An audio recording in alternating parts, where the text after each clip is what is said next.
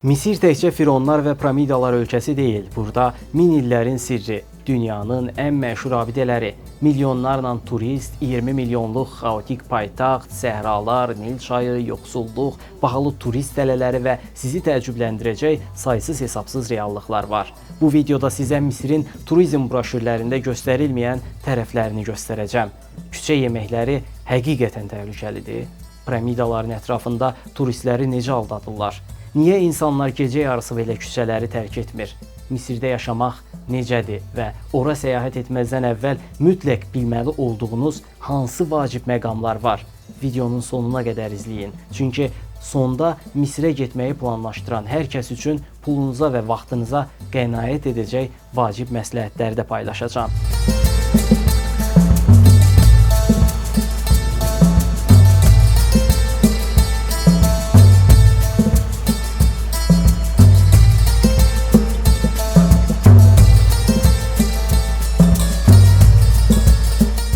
Dünyada elə coğrafiyalar var ki, adı tarixlə və bəşər sivilizasiyası ilə eyniləşdirilir. Bu torpaqlar minilliklər boyu saysız-hesabsız sivilizasiyalara ev sahibliyi edib, insanlığın inkişafında mühüm rol oynayıb.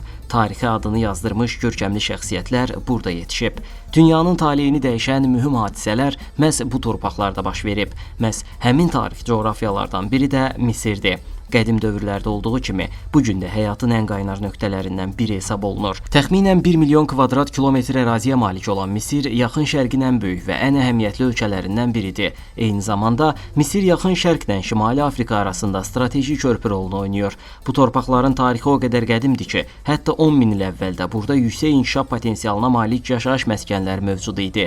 Qədim Misir sivilizasiyası içərisində ən çox diqqət çəkən dövr fironlar dövrüdür. Bugün Misir adı çəkilən kimi insanların ağlına ilk olaraq fironlardan qalan möhtəşəm piramidalar gəlir. Elə məhz bu abidələr hər il milyonlarla turisti ölkəyə cəlb edir. Misir piramidaları bəşəriyyətin ən böyük tarixi irslərindən biri hesab olunur. Onlar dünyanın 7 möcüzəsindən biri kimi qəbul edilir və min illiklər keçməsinə baxmayaraq öz əhəmiyyətini hələ də qoruyub saxlayır. Bugün Misirin demək olar ki, hər bölgəsində müxtəlif dövrlərə aid tarixi abidələr və qədim sivilizasiyaların izləri ilə rastlaşmaq mümkündür. Əgər Misirə səyahət etsəz, piramidaların paytaxt Qahirənin yaxınlığındakı Giza bölgəsində yerləşdiyini bilməyiniz faydalı olar. Əgər qədim Misirə xüsusi marağınız varsa, Qahirənin mərkəzində yerləşən Misir muzeyini də mütləq ziyarət etməlisiniz. Burada qədim Misirə aid dünyanın ən zəngin kolleksiyalarından biri nümayiş olunur. Məşhur firon Tutanxamonun şəxsi əşyaları və digər qiymətli tapıntılar da məhz bu muzeydə sərgilənir. Nil çayı isə tarix boyu olduğu kimi bu gün də Misirin həm iqtisadi, həm də coğrafiyası üçün həyati əhəmiyyət daşıyan əsas simvollardan biridir. Tarix boyunca müxtəlif xalqların və mədəniyyətlərin yaşadığı kosmopolit ölkə olmasına baxmayaraq, bu gün Misir əhalisinin böyük əksəriyyəti müsəlmandır. Ölkə 1922-ci ildə müstəqillik əldə edib. 53-cü ildə isə Misir Ərəb Respublikası elan olunub. Ölkə Şimali Afrikanın şimal-şərqində yerləşir. Qərbdə Liviya, cənubda Sudan, şərqdə isə İsrail və Fələstinlə həmsərhəddir. Bölgədəki siyasi gərginlikləri bir kənara qoysaq, Misirin coğrafi mövqeyi həqiqətən də olduqca əlverişlidir. Ölkənin həm Aralıq dənizinə, həm də Qırmızı dənizə çıxışı var. Tarixi abidələr, çimərliklər, səhrada safari turları və zəngin mədəniyyəti Misiri turistlər üçün son dərəcə cəlbedici istiqamətə çevirir. Məhz buna görə turizm Misir iqtisadiyyatının əsas gəlir mənbələrindən biridir. Misirə səfər üçün ən münasib vaxt yaz ayları hesab olunur. Çünki yay mövsümündə ölkədə səhra iqlimi hökm sürür və temperatur olduqca yüksək olur. Belə havada səhrada gəzinti etmək həm çətin, həm də sağlamlıq baxımından riskli ola bilər. Misir müsəlman ölkəsi olsa da, gündəlik həyat ciddi dini qaydalar çərçivəsində davam etmir. Ölkənin turizmə böyük önəm verməsi səbəbindən Ramazan ayı istisna olmaqla bir çox məkanlarda spirtli içkilərin satışı və istifadəsinə icazə verilir. Bununla belə ictimai yerlərdə spirtli içki ilə gəzmək və ya həddindən artıq açıq geyinmək xoş qarşılanmır. Belə hallarda həm hüquq mühafizə orqanlarının, həm də yerli sakinlərin narazılığı ilə qarşılaşmaq mümkündür. Misirdə rəsmi və ən çox danışılan dil ərəb dilidir. Qahirə şəhərində sizi ən çox təəccübləndirəcək məqamlardan biri qədimliklə müasirliyin yanaşı mövcud olmasıdır. Şəhərin bəzi hissələri sanki əsrlər öncənin atmosferini qoruyub saxlayır. Mərkəzə yaxınlaşdıqca isə hündürmərtəbəli müasir binalar diqqət cəlb edir. Küçələrdə həm müasir geyimli insanlara, həm də yaxın şərqə xas ənənəvi geyimdə gəzən insanlara rast gəlmək mümkündür. Yol infrastrukturu isə bir çox yerlərdə köhnəlib və asfalt örtüyü ciddi şəkildə aşınıb. Qadınların böyük əksəriyyəti baş örtüyündən istifadə edir, lakin üzləri açıq olur. Paytaxtın demək olar ki, bütün küçələrində mağazalar, kiçik dükanlar və küçə yeməkləri satan satıcılar fəaliyyət göstərir. Satılan qidaların böyük əksəriyyəti isə yerli ustalar tərəfindən əllə hazırlanır. Küçə yeməyi satan satıcıların əksəriyyəti yeməyi hazırlayarkən xüsusi gigiyena qaydalarına əməl etmir. Qidalara əlcəkdən istifadə etmədən çılpaq əllə toxunurlar. Buna görə də Misirdə küçə yeməklərini dadmaq istəyirsinizsə, gigiyena baxımından çox yüksək gözləntiləriniz olmasın. Şəhərin arxa küçələri və bir çox yollar isə təəssüf ki, kifayət qədər təmiz deyil. Bir çox yerdə küçələr zibil tullantıları ilə doludur. Görünən odur ki, bəzi bölgələrdə bələdiyyə xidmətləri bu problemi tam nəzarətdə saxlaya bilmir. Digər tərəfdən ətraf mühitin çirkləndirilməsi də bu vəziyyətin əsas səbəblərindən biri hesab olunur.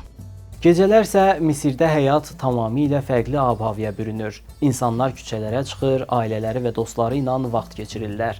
Axşam əyləncələri əsasən Misirə məxsus folklor rəqsləri, milli musiqilər və canlı ifaların təqdim olunduğu məkanlarda keçirilir. Siz restoranda yeməyinizi yeyərkən səhnədə yerli rəqs proqramları nümayiş etdirilir. Əgər Avropa və ya Qərb ölkələrindəki kimi gecə klubları və spirtli içkilərlə müşayiət olunan əyləncə həyatı gözləyirsizsə, Misir bu baxımdan sizi məyus edə bilər. Bununla belə, gecənin gec saatlarında belə küçələrdə həyat dayanmaq bilmir. İnsanlar gecə yarısına qədər küçələrdə gəzir, şəhər isə demək olar ki, heç vaxt tam sakitləşmir. Hətta gecə saatlarında belə avtomobillərin siqnal səsləri kəsilmir.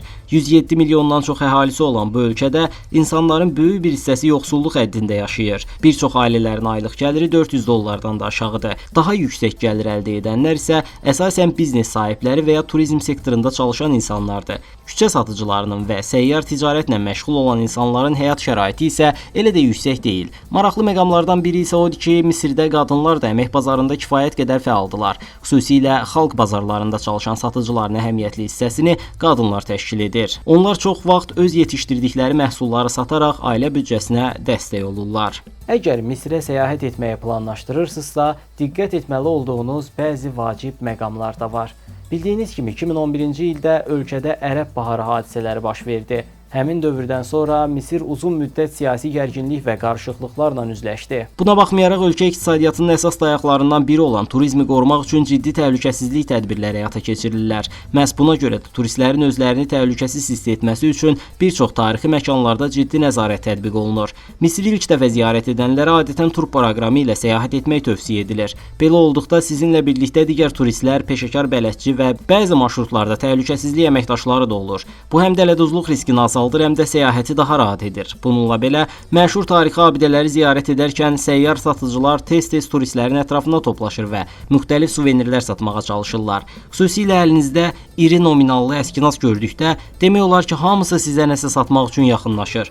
Məbədləri və dini tarixi abidələri ziyarət edərkən isə çox qısa, şort və çiyinləri açıq geyimlər xoş qarşılanmır.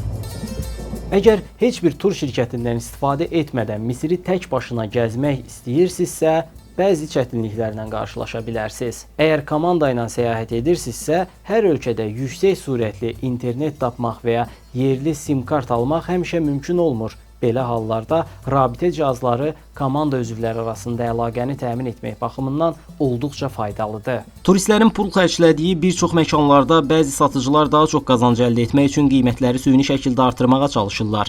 Belə hallarda əsasən bazarlarda, restoranlarda, muzeylərin yaxınlığında və taksilərdə rastlaşmaq mümkündür.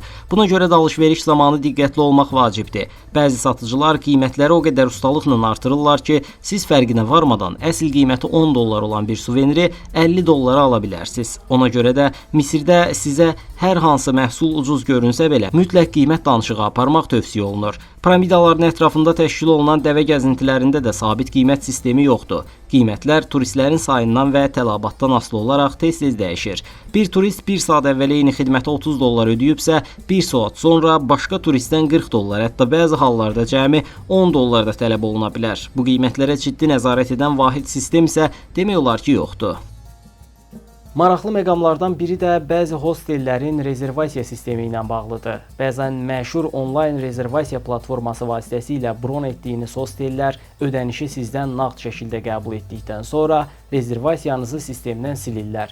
Belə olduqda siz həmin platformada nə rəy yaza, nə də qiymətləndirmə edə bilirsiniz. Üstəlik, bu üsulla bəzi obyektlər rəsmi qeydiyyatdan yayınaraq vergidən də yayınmağa çalışırlar. Xüsusilə Qahirə ətrafındakı bəzi hostellərdə belə hallara rast gəlindiyi bildirilir. Paytaxt Qahirədə qalacağınız yeri seçərkən də diqqətli olmaq lazımdır. Şəhərin mərkəzi hissəsində demək olar ki, günün bütün saatlarında avtomobil siqnallarının səsi kəsilmir. Küçələrdə sürücülər olduqca tələsik hərəkət edir və yol hərəkəti bəzən nizamsız görünür. Piyadalara üstünlük verilməsi də hər zaman gözlənilən səviyyədə deyil.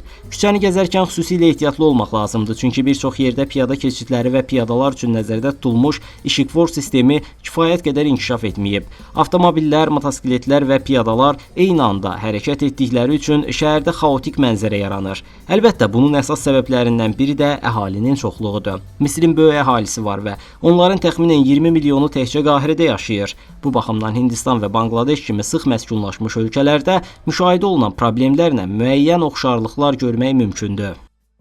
Paytaxtda istifadə olunan avtomobillərin böyük hissəsi köhnədir. Binaların da əksəriyyəti illərin təsirini açıq şəkildə göstərir. Bəzi tikililər kənardan baxanda kifayət qədər köhnə və bağımsız təsir bağışlayır.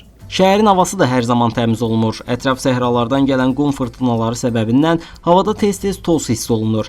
Dərin nəfəs aldıqda bəzən toz hissəciklərini də hiss etmək mümkündür. Bəzi hostellərin ətrafı, yollar və Nil çayının sahillərinin müəyyən hissələri də kifayət qədər baxımsız görünür. Bu baxımdan Misir şəhərsalma və ətraf mühit sahəsində hələ də ciddi problemlərlə üzləşir. Digər tərəfdən bəzi qayda və məhdudiyyətlər isə turistlərə Yaxın Şərqin daha konservativ ölkələrini xatırlada bilər. Bütün bu çatışmazlıqlara baxmayaraq, Misir yenə də mütləq görülməli ölkələrdən biridir. Çünki bu ölkənin özünə məxsus atmosferi, min illiklərə sökənən tarixi və fərqli mədəniyyəti var. Hətta küçə yeməkləri belə Misirin özünə məxsus ruhunun ayrılmaz hissəsidir. Əgər kifayət qədər büdcə ilə səyahət etsəz, tarixi abidələri rahat şəkildə gəzə, ölkənin ən maraqlı məkanlarını görə və səfərinizi xoş təəssüratlarla başa vura bilərsiniz. Lakin görünən odur ki, Misir hələ də daxili problemlərlə mübarizə aparan, bir çox sahədə inkişafını davam etdirən və uzun müddətli yaşamaq üçün hər kəsə uyğun hesab olunmayan ölkələrdən biridir. Misir haqqında bu qədər. Özünüzə yaxşı baxın və növbəti videolarda hansı mövzuya toxunmağımı istədiyinizi şərh bölməsində mənə yazın.